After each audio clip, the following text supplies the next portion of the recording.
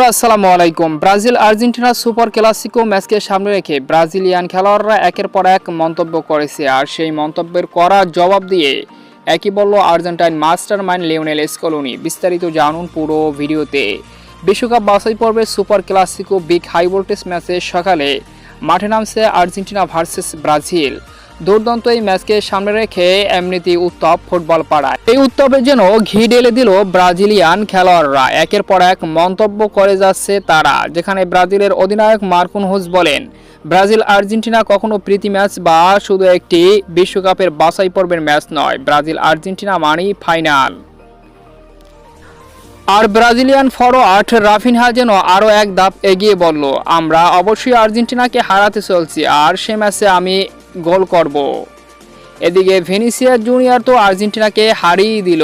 সেখানে Vinicius junior বলে, এখন আর ঘুমাবো না, 26 তারিখ আর্জেন্টিনাকে হারিয়ে তারপর একসাথে ঘুমাবো।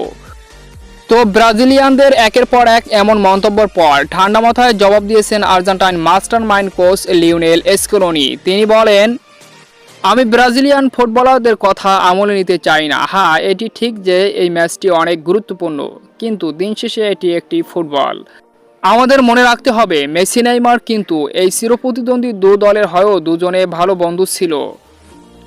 লিওনেল স্কলোনি অবশ্য মাঠের খেলায় মনোযোগ দিতে চান। তিনি ব্রাজিলিয়ানদের মতো এভাবে গা ভাসিয়ে দিতে চান না এখনই, অর্থাৎ খেলার আগেই। তো দেখা যাক শেষ পর্যন্ত কেমন হয় খেলার মাঠে।